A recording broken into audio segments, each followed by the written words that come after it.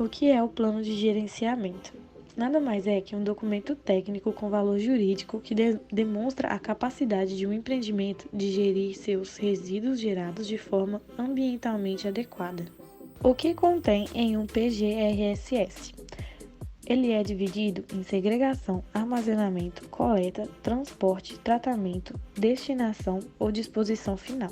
Algumas informações essenciais que devem conter em um PGRSS são a identificação do estabelecimento, onde se encontra a razão social, nome, fantasia, atividade exercida no local, CNPJ e data de funcionamento. A localização do estabelecimento deve conter endereço, bairro, telefone, complemento, e-mail e CEP. A identificação do responsável legal pelo estabelecimento deve conter nome, CPF, telefone e e-mail, obrigatoriamente. A identificação do responsável técnico pela elaboração, implantação e gerenciamento do PGRSS deve conter nome, identificação profissional, endereço completo, telefone, e-mail, número da RG, CPF e carga horária. Deve conter também o horário de funcionamento do estabelecimento, número de funcionários, número de pacientes atendidos por dia, número de exames realizados, área construída, área total do terreno e número de pavimentos. Observação: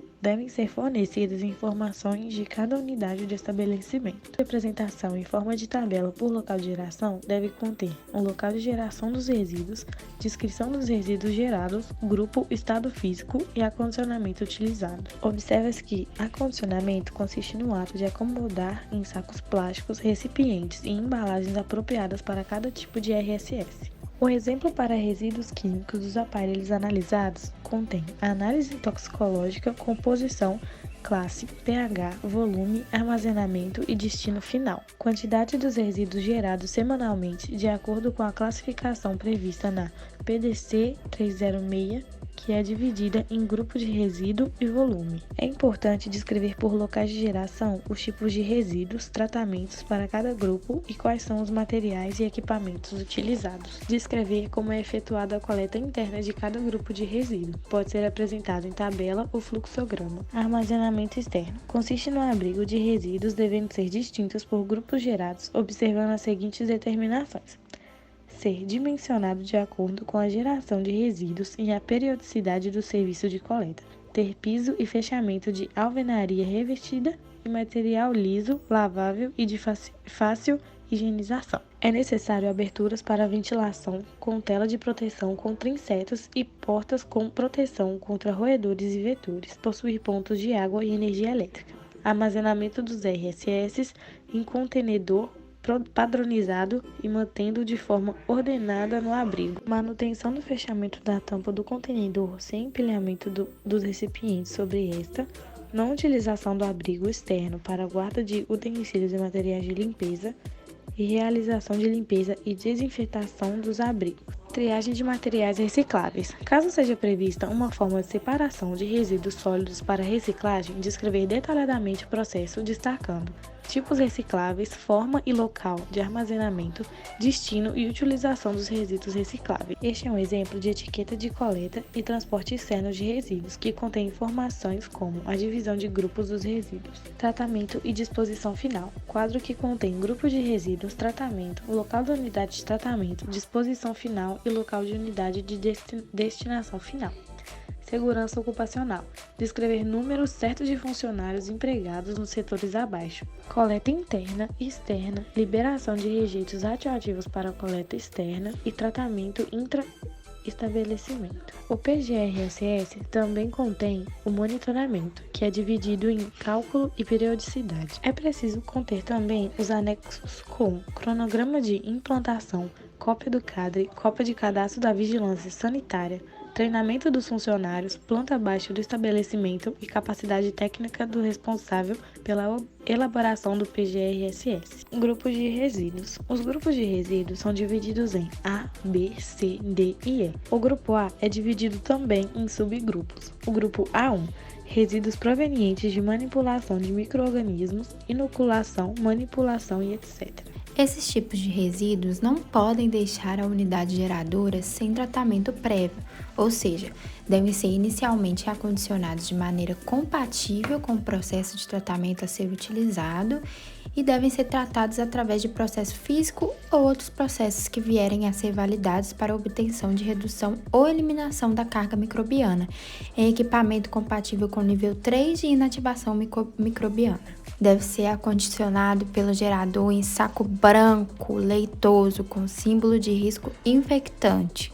Apenas nos casos das bolsas de sangue, vamos acondicionar em saco vermelho com símbolo de resíduo infectante.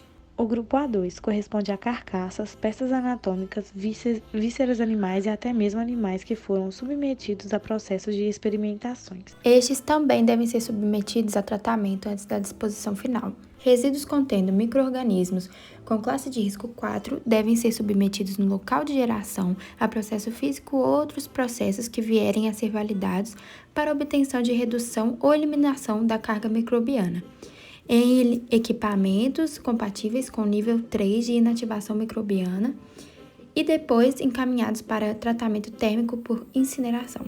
Estes devem ser acondicionados em sacos vermelhos contendo símbolo de risco infectante.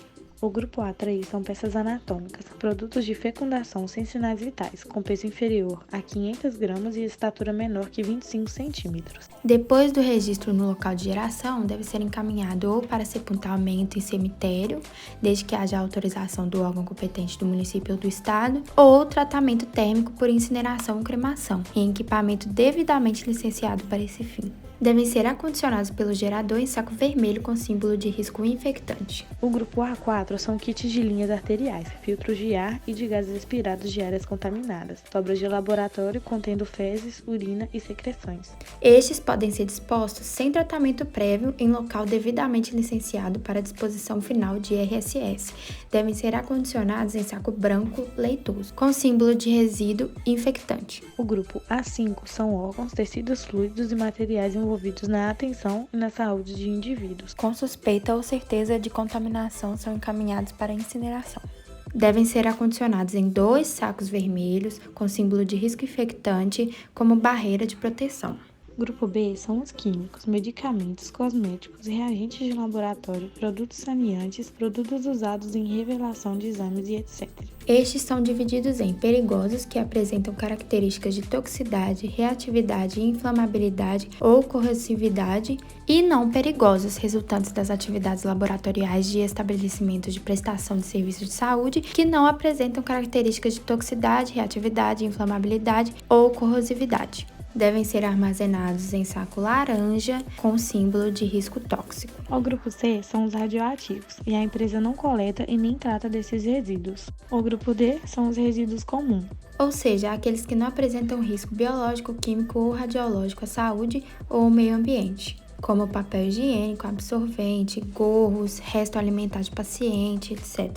Estes devem ser armazenados, se não recicláveis, em sacos pretos. E o grupo E são os perfuro-cortantes, agulhas, scalpes, bisturis e outros devem ser acondicionados no local de sua geração, em embalagens estanques resistentes à punctura, ruptura e vazamento. Este recipiente deve ter a simbologia de infectante perfuro-cortante.